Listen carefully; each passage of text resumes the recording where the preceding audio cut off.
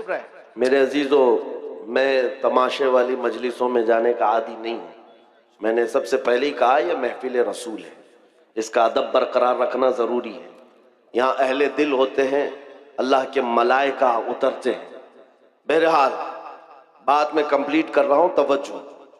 Safwan Umair से कहता है मैं तुझे तलवार दूंगा, जहर में बुझा करके जा मदीने मोहम्मद सल्लल्लाहु अलैहि वसल्लम का कत्ल करके आ जा, तेरे ऊपर जितना कर्जा है सब मैं निपटा दूंगा और फिर माल भी दूंगा और तेरा बेटा भी आजाद हो जाएगा। तो उमैर बिन वहब कहता है ठीक है, मैं इस काम के लिए राजी हूं। तलवार लिया। ये बात कहाँ हो रही है? खाने काबा के सामने हतीम में बैठकर सिर्फ दो लोग हैं और कोई नहीं है। तलवार को जहर में बुझा करके मदीने आ गया उमैर बिन वहब। तवज्जो मेरे अजीजों, अब इश्क रसूल क्या है, नामूसे रसालत की हिफाजत क्या है, इस बात से सुनो। जब उमैर बिन वहब मदीने पहुंचता है मस्जिद नबवी के बाहर, लेकिन सामना किससे हो जाता है? हजरत उमर इब्न खत्ताब से, अमीरुल मोमिनीन। हुजूर पाक सल्लल्लाहु तआला अलैहि वसल्लम मस्जिद नबवी में है, हजरत उमर इब्न खत्ताब चंद सहाबा के साथ बाहर खड़े हैं। जैसे ही हजरत उमर ने उमैर बिन वहब को तलवार लटकाए हुए आते देखा, गजबनाक हो गए। सबसे पहले अपने साथियों से क्या कहा? खुजू हादल कल्ब, पकड़ो इस कुत्ते को। अब लोगों को ये लगता है आप बार बार तकरीर में कुत्ता कहते हैं, और कुछ लोगों को लगता है ये गाली आप देते हैं, सख्त जुमले बोलते हैं। मेरे अजीजों, हुजूर के दुश्मनों के लिए ये जुमला बोलना उमर इब्न खत्ताब की सुन्नत है। अमीरुल मोमिनीन उमर इब्न खत्ताब ने कहा खुजू हादल कल्ब, पकड़ो इस कुत्ते को। जाकर के सहाबा ने पकड़ लिया, उमैर बिन वहब को पकड़ लिया। हजरत उमर ने अपना गमछा निकाला और उसकी गर्दन में डालकर मरोड़ दिया और पकड़ के लाए। पूछा क्यों आया? क्योंकि बद्र में सामने लड़ने के लिए आया था और बेटा भी कैदी है। उसने कहा कि नहीं, बस मैं अपने बेटे से मिलने आया हूं, मैं अपने बेटे से मिलने आया हूं, मेरा बेटा तुम्हारे पास कैद है। हजरत उमर ने कहा तुम्हारा जवाब मैं बाद में दूंगा। अपने साथियों से कहा इसको पकड़ के रखो, पहले हुजूर से इजाजत लेकर आता हूं, इसका क्या करना है। हजरत उमर हुजूर पाक की बारगाह में आए, कहा या रसूल अल्लाह, उमैर बिन वहब आया है, शैतान कुरैश जिसने बद्र में काफिरों को भड़का कर लाया था, और मुझे उसकी नीयत अच्छी नहीं लगती। आशिक रसूल को बहुत दूर से खुशबू आ जाती है और दुश्मनों की महक भी आ जाती है। ये जो बदबू लेकर के आया हो कोई, आशिक रसूल समझ गया। उमर इब्न खत्ताब कहते हैं मुझे उसकी नीयत अच्छी नहीं लगती। हुजूर ने फरमाया उमर उसको अंदर तो आने दो, बाहर खड़ा करके रखे, अंदर तो आने दो। हजरत उमर ने गर्दन में इसी तरह गमछा डाल के खींचते हुए अंदर लाए। हुजूर ने फरमाया छोड़ दो। छोड़ दिया, वो तलवार भी हाथ में है। हुजूर ने पूछा उमैर बिन वहब कैसे आना हुआ? झूठ बोला, कहा मेरा बेटा कैदी है, आपके पास मिलने के लिए आया हूं। हुजूर ने फरमाया बेटे से मिलने आए हो तो तलवार लेके क्यों आए? बेटे से मिलने के लिए तलवार क्यों? तो दिखाने के लिए तलवार फेंक दिया। कहा इस तलवार से क्या होना है? तलवारें हमारे पास बदर में भी थी, लेकिन फतह आप ही की तो थी। बड़ी बड़ी बातें कर रहा था। हुजूर पाक ने फरमाया उमैर बिन वहब बताओ तो सही क्यों आना हुआ? कहा कह तो रहा हूं बस बेटे से मिलने आया हूं। हुजूर ने जलाल में कहा उमैर वो बात बताओ जो हतीम काबा में बैठकर सफवान के साथ करके आए हो। मक्का में बैठ करके जो तुम बात करके आए वो बात बताओ। मेरे अजीजों, बचा क्या था? बचा क्या था? उमैर बिन वहब का पूरा जिस्म कांपने लगा। कहा अब इसके आगे क्या बताऊं, बस गवाही देता हूं आप अल्लाह के सच्चे रसूल हैं। नारे तकबीर।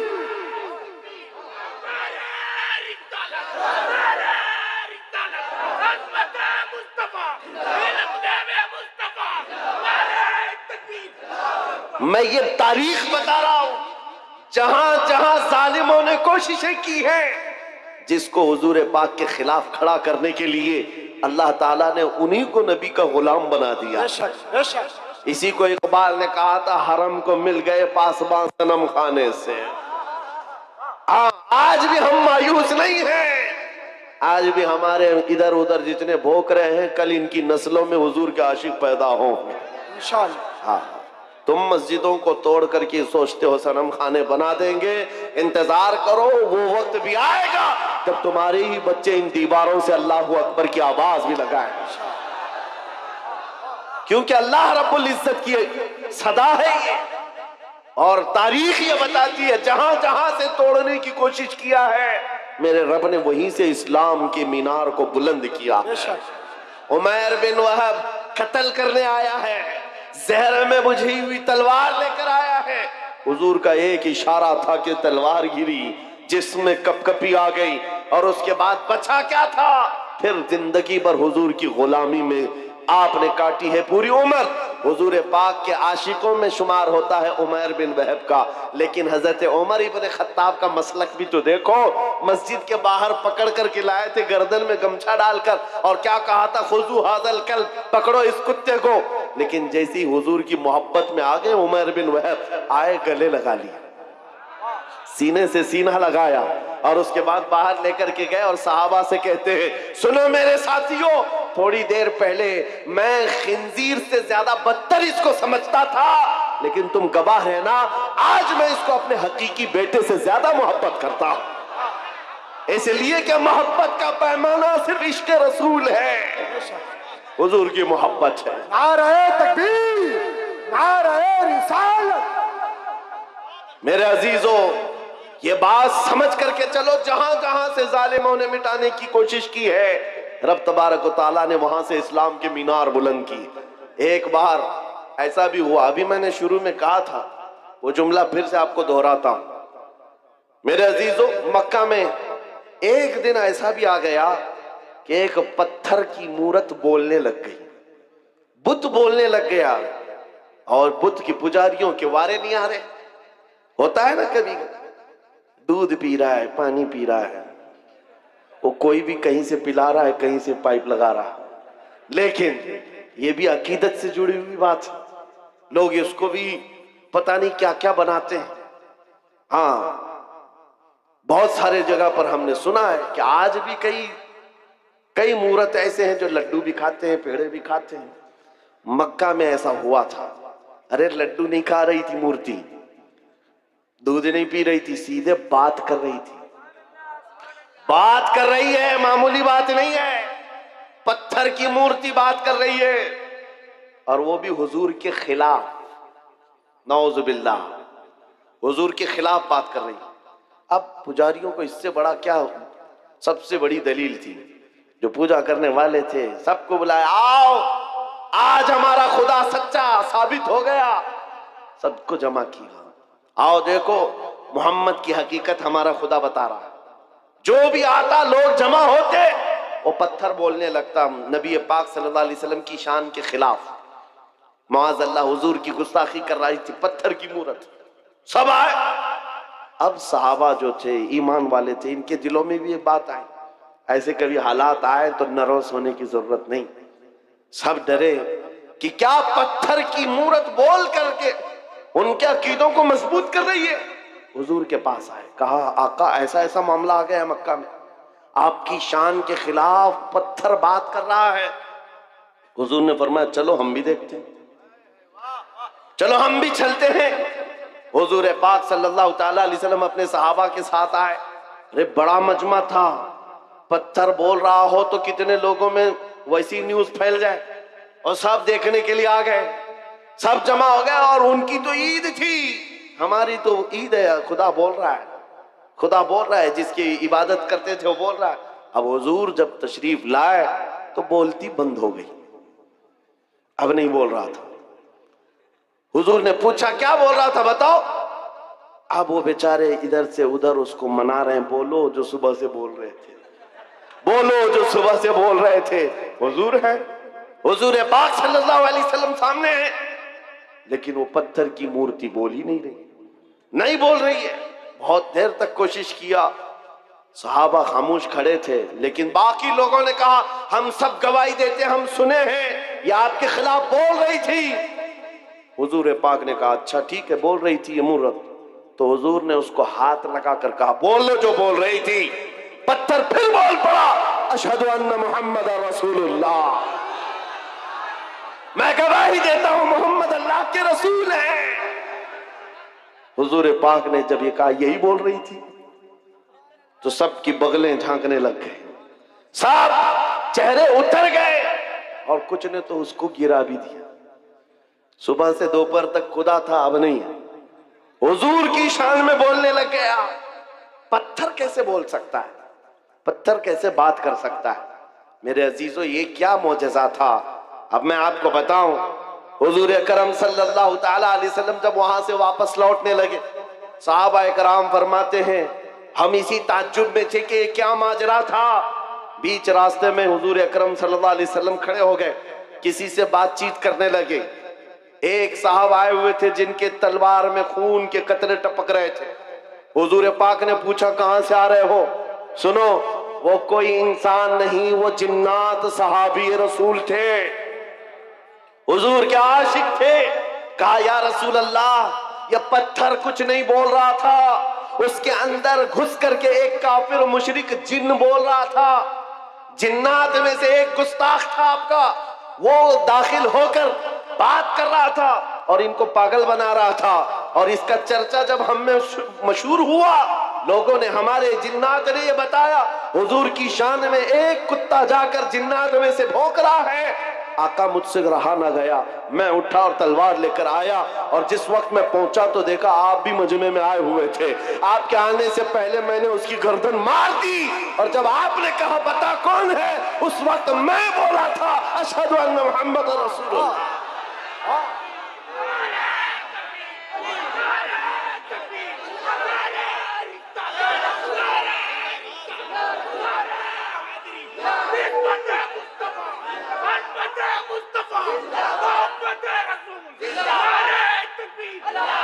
इस्लाम की फितरत में कुदरत ने वो लचक दी है, जितना ही दबाओगे उतना ही वो उभरेगा। कोशिश जहां जहां करके देखा है इन्होंने, हर जगह पर अल्लाह करीम मीनारे नूर को और बुलंद फरमाता है। बगदाद में भी ऐसे ही हुआ था, ततारियों ने हमला किया था। ततारी एक जमात है, पूरे मुसलमानों को काट कर रख दिया था और खोपड़ियों से मीनार बनाया था। दरियाए दजला के पानी को मुसलमानों के खून से लाल कर दिया था। और दरबार में एक बार ततारियों के बादशाह ने एक ईसाई पादरी को बुलाया था और चंद मुसलमानों को जंजीर में बांध करके उसके दरबार में खड़ा किया था। पीछे हाथ बंधे हुए उलमा हैं, मोमिनीन की जमात है, लेकिन एक ईसाई पादरी को बुलाया और कहा इनके नबी की शान में खूब गालियां दो और इनको जलाओ, इसलिए कि दुनिया को अच्छी तरह से मालूम है इनको काटने से मारने से उतनी तकलीफ नहीं होती, इनके नबी के खिलाफ बोलो तो ज्यादा तकलीफ होती है। आज भी वही हाल है, आज भी यही हाल है। ये दुनिया जानती है हम अपने ऊपर आए हुए जुल्म को सह लेते हैं, लेकिन हुजूर के नाम पर एक जुमला भी सहने की ताकत नहीं रखते। ये ईमान है हमारा, ईमान है। जब वो ईसाई पादरी दरबार में, भरे दरबार में भौंकने लगा हुजूर की शान, पता है उस वक्त क्या हुआ था? बादशाह का एक पाला हुआ कुत्ता, जिसको सोने की जंजीर से बादशाह बांधता था, ट्रेंड कुत्ता है, आवारा कुत्ता नहीं, पाला हुआ। और पाले हुए कुत्ते हर चीज जानते हैं। वो कुत्ता वहीं से भौंकने लगा पादरी के ऊपर, और लोगों ने कहा पादरी को कि चुप हो जा, बादशाह का कुत्ता नाराज हो रहा है। पादरी ने कहा मेरे कलाम में, मेरे बयान में उससे इसका क्या ताल्लुक है? कुत्ता क्या समझ रहा है, कुत्ता क्या समझेगा? फिर वो हुजूर की शान में पादरी बोलने लगा, कुत्ता फिर भौंकने लगा, फिर भौंकने लगा। ये बादशाह का कुत्ता है, खामखा नहीं भौंकता। पादरी किसी की नहीं सुना। फिर तीसरी बार हुजूर की शान में गुस्ताखियां, हर्जा सराई करने लगा। कुत्ता जंजीर तोड़कर निकल आया और भरे दरबार में आया और ऐसा हमला किया उस पादरी के ऊपर, चढ़कर दम जदन में उसको फाड़ कर दो टुकड़े कर दिए। ऐसी हैबत तारी थी सबके ऊपर, ऐसी हैबत तारी थी, कोई कुत्ते के करीब नहीं जा रहा था। बादशाह कुर्सी से खड़ा है, दरबारी सब खड़े हैं, और उस वक्त जो मोमिनीन है, उलमा की जमात, जंजीरों में उनके हाथ बंधे हुए थे, वो कहने लगे मौला तेरा कैसा करम है, हाथ बंधे हुए हो मोमिनीन के। उस वक्त ये ख्याल आता है अब नबी की इज्जत को कौन बचाएगा? जब रब चाहता है कुत्तों से भी अपने नबी की इज्जत की हिफाजत करता है। और ये आम कुत्ता नहीं, इमाम इब्ने हजर अस्कलानी लिखते हैं कि इस कुत्ते की इस हरकत की वजह से सिर्फ डर नहीं बैठा था, उस दरबार में मौजूद 10,000 ततारियों ने इस्लाम कबूल कर लिया। कहां से मिटाओगे, कहां से निकालोगे? इस्लाम की फितरत में कुदरत ने वो लचक दी है, जितना ही दबाओगे उतना ही वो उभरेगा। आज के दौर के कुत्तों से भी मैं कहता हूं, आज बहुत सारे लोगों को खुजली हुई है, जगह जगह बैठकर छोटी वीडियो बनाएंगे, वायरल करेंगे, इस्लाम का विनाश कर देंगे, 20 लाख लोगों को कत्ल कर देंगे। ये बातें आती रहती हैं। ऐ मेरे अजीजों, ज्यादा ध्यान देने की जरूरत नहीं, मैं उनको सिर्फ इतना ही कहता हूं, वो पहले अपनी खुजली मिटा करके दिखाएं। इस्लाम मिटाना बहुत दूर की बात है। इस्लाम किसी छोटे पौधे का नाम नहीं है, उस अजीम दरख्त का नाम है जिसकी जड़ें तहतुस सरा में है, उसकी शाखें औजे सुरैया पर हैं।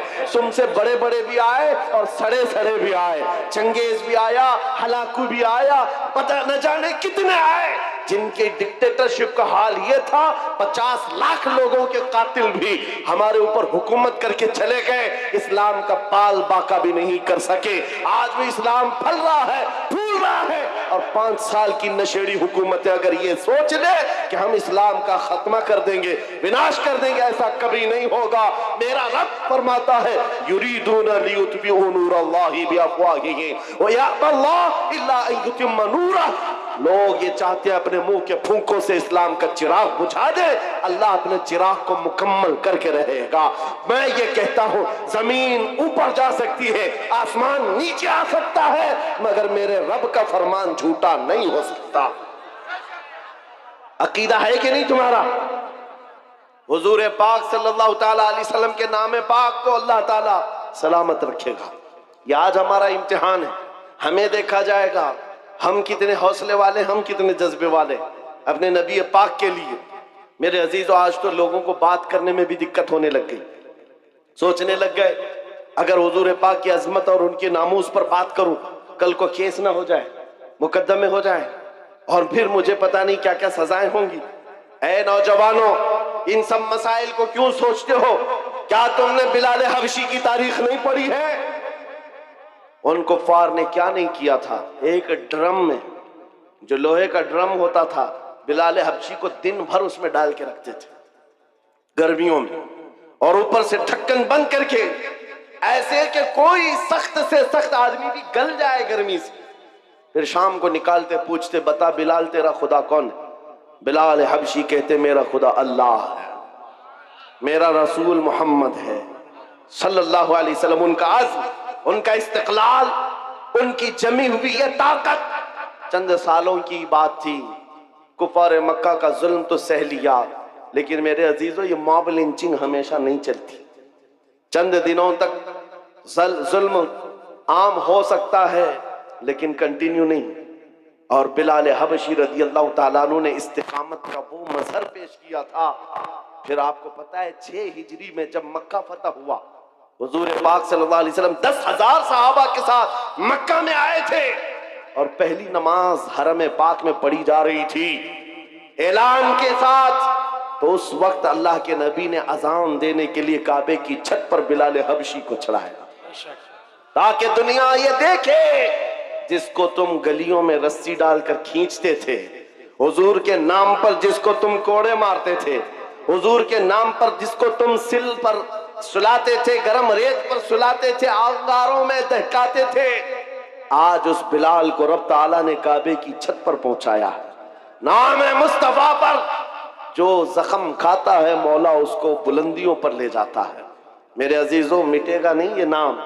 जो मिटाने आए वो मिट जाएंगे, मिट गए, मिटते हैं, मिट जाएंगे। आधा तेरे, न मिटा है न मिटेगा कभी चर्चा तेरा। आपको पता है ना, वो कहां गया? लखनऊ से निकला हुआ कुत्ता जिसने नाम बदल लिया था, अखबारों में देखा होगा, धर्म भी बदल लिया, कहा कि मेरा नाम आपसे ये है, मेरा धर्म भी ये है, कशका लगा लिया, धोती पहन लिया, लाल कपड़े पहन लिया, 6 महीने पंडितों के पीछे चाटते हुए घूमता रहा।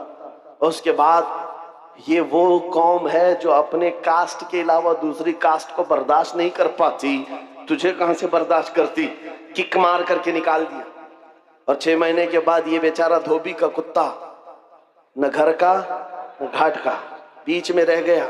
दीन भी छूटा, घर भी छूटा, नाम भी गया, और उधर भी नहीं अपनाया किसी ने। और आप जान बचाने की भीख मांगते हुए खड़ा हो गया कि मेरी जान की हिफाजत करो, मेरी जान की हिफाजत करो। ये जिल्लत, ये रुसवाई। मेरे इमाम ने, बरेली के ताजदार ने 100 साल पहले कहा था, या रसूल अल्लाह, जो तेरे दर से यार फिरते हैं, दर बदर यूं ही खार फिरते हैं, दर बदर यूं ही खार फिरते हैं। तुमने ये सोचा था कि मीडिया के ये दलाल तुम्हें हॉट कुर्सी पर बिठाकर इज्जत देंगे? अरे 4 दिन तुम्हें ये हॉट टॉपिक पर बिठाकर डिस्कस तो कर लेंगे, तुम्हारी आओ भगत कर लेंगे, लेकिन इनके दिन भी कितने हैं, इनके दिन भी कितने हैं, मौसम के दिन हैं। इनका हाल भी वही है जो बैलगाड़ी के नीचे चलने वाले कुत्ते की तरह है। हाँ, वो कुत्ता क्या सोचता है, पूरी गाड़ी मैं चला रहा हूं। ये सारी चीजों का हाल यही है। हुकूमत है तो इनको लगता है सब कुछ अपना है। अरे गाड़ी निकल जाएगी तब पता चलेगा कुत्ता अकेला है। ये बात याद रखो, उनकी इज्जत बटोरने के लिए, उनकी जी हुजूरी के लिए तुमने धर्म बदल लिया, दीन बदल लिया, नाम बदल लिया, इज्जत वहां ढूंढते रहे। अरे नादान, एक बार मेरे मुस्तफा का नाम लिया होता, एक बार हुजूर पाक को मोहब्बत से पुकारा होता, अल्लाह करीम पूरी कायनात के दिलों में तेरी मोहब्बत डाल देता। आज मैं एक दूर दराज का रहने वाला, लेकिन तुम्हारे यहां आता हूं तो ऐसा नहीं लगता कि अजनबी है। कोई अजनबीपन नहीं है। पहली मर्तबा अगर से सिल्लीगुड़ी में खड़ा होकर तुमसे बात कर रहा हूं, लेकिन ये हंसे हंसे मुस्कुराते चेहरे ये बता रहे हैं सदियों पुरानी हमारी मुलाकात है, हमारी पुरानी मुलाकात है। ये मोहब्बत तुम्हारे दिल में किसने डाली है? कौन है जो तुम्हें अजमत मेरे लिए रखा हुआ है? तुम आंखें उठाकर मुझे मोहब्बत से देखते हो, हकीकत है या नहीं? आने के लिए मोहब्बत के साथ लोग खड़े हैं मुसाफे में मोहब्बत के लिए। इसलिए नहीं है कि जुब्बा टोपी की इज्जत है, इसलिए नहीं है हुकूमत वक्त का कोई नुमाइंदा आया है, नहीं, बस बात सिर्फ इतनी है, जब तक बिके न थे तो कोई पूछता न था। या रसूल अल्लाह, तुमने खरीद कर हमें अनमोल कर दिया। या रसूल अल्लाह, जिंदाबाद। आला हजरत, आला हजरत, ताजुश शरिया, ताजुश शरिया, ताजुश शरिया, ताजुश शरिया, ताजुश शरिया। अज़ीज़ान गिरामी, आप तवज्जो से ये बात समझ के चलो। देखा है, उनकी बात करो, हर दिल पे राज करो, हुजूर की बात करो। इज्जत कमाना है, हुजूर के आशिक, हुजूर की वफादारी, उनके दरबार की नौकरी। अब जमाना जैसा भी आए, हर नौजवान ये अज़म करके उठेगा, ये वादा करके उठेगा इंशाअल्लाह। आज के जलसे में अहद करके उठेंगे ना इंशाअल्लाह। हाँ, मैं जंग के मैदान में नहीं उतार रहा हूं, मैं तुम्हें मैदानी कत्ल किताल में नहीं उतार रहा हूं, बस उस मैदान में उतार रहा हूं जब जब नबी पाक की सुन्नतों को दुनिया खत्म करने की कोशिश करेगी, आसमान से जमीन से मदद आने के लिए इंतजार नहीं करोगे। हर घर से बच्चा निकलेगा, तुम जितने मेरे नबी की मुखालफत करोगे, मैं अपने हर बच्चे को हुजूर का आशिक बनाकर निकालूंगा। हर बच्चा हमारे घर के अंदर मोहम्मद नाम का होगा और हुजूर पाक की सुन्नतों पर चलने वाला होगा। तुम कितनी दाढ़ियां निकालोगे, कितनी टोपियां छुपाओगे? ऐ मुसलमानों, ये आज़म करके उठो, मेरे हर घर का बच्चा हुजूर की सुन्नतों का आशिक होगा, निकलेगा रास्ते पर। दुनिया कल को पुकार कर कहेगी, अरे ये सिल्लीगुड़ी की गलियां नहीं नजर आती, यहाँ तो मदीने की गलियों की खुशबू आया करती। ये आज़म लेकर के उठोगे, वाह, ये आज़म लेकर उठोगे और फिर तुम्हारे अंदर ये जोश और जज्बा खुद आएगा। तुम्हें सलमान अजहरी बनने की जरूरत नहीं, ये बनाया जाता है। ये बनने की जरूरत नहीं है, बनाया जाता है। हुजूर पाक सल्लल्लाहु तआला अलैहि वसल्लम के दरबार की नौकरी जिसने ले ली, उसके दिल से दुनिया का खौफ निकलता है, वो दुनिया को नहीं देखता। इकबाल ने कहा है, तो आलम से करती है बेगाना दिल को, अजब चीज है लज्जत आशनाई। हुजूर पाक की मोहब्बत जिसके दिल में आ जाए, दोनों आलम की उसे परवाह नहीं है कौन क्या कह रहा है, कौन क्या करने वाला है, इस बात की फिक्र नहीं। मैं यहाँ बंगाल की सरजमीन पर बैठे हुए हर नौजवान से सिर्फ इतना चाहता हूँ, अगर हुजूर की मोहब्बत में तुम नहीं खड़े होंगे तो कौन खड़ा होगा? हुजूर की अजमत के लिए तुम नहीं खड़े होंगे तो कौन खड़ा होगा? आज से ये अहद करेंगे ना, हुजूर ये पाक की मोहब्बत में हम तो गर्दन देने को तैयार है ना, जान उन पर निछावर करने को तैयार है कि नहीं? तो फिर हुजूर के नाम पर जान दे सकते हैं तो कुछ बुराइयां और कुछ गुनाह क्यों नहीं छोड़ सकते? हुजूर के नाम पर जो गाने सुनने की आदत है हम उससे तौबा करेंगे। जो फिल्मी गाने सुन करके सोते थे, जिसकी वजह से दिल में बुज़दिली आती है, निफाक आता है, गुनाहों की तरफ ले जाती है ये हरकतें। नौजवानों, तुम्हें जानबूझकर दुनिया इस नशे में डालती है। दिन भर गाने की धुन पर तुम नाचते कूदते रहो, तुम्हारे दिलों से अजमत निकल जाती है, खौफ बैठ जाता है। अब से यह अहद करके उठना, आज से जाऊंगा तो ये वादा करके जाता हूं, मैं सो जाऊं या मुस्तफा कहते कहते, खुले आंख सल्ले अला कहते कहते।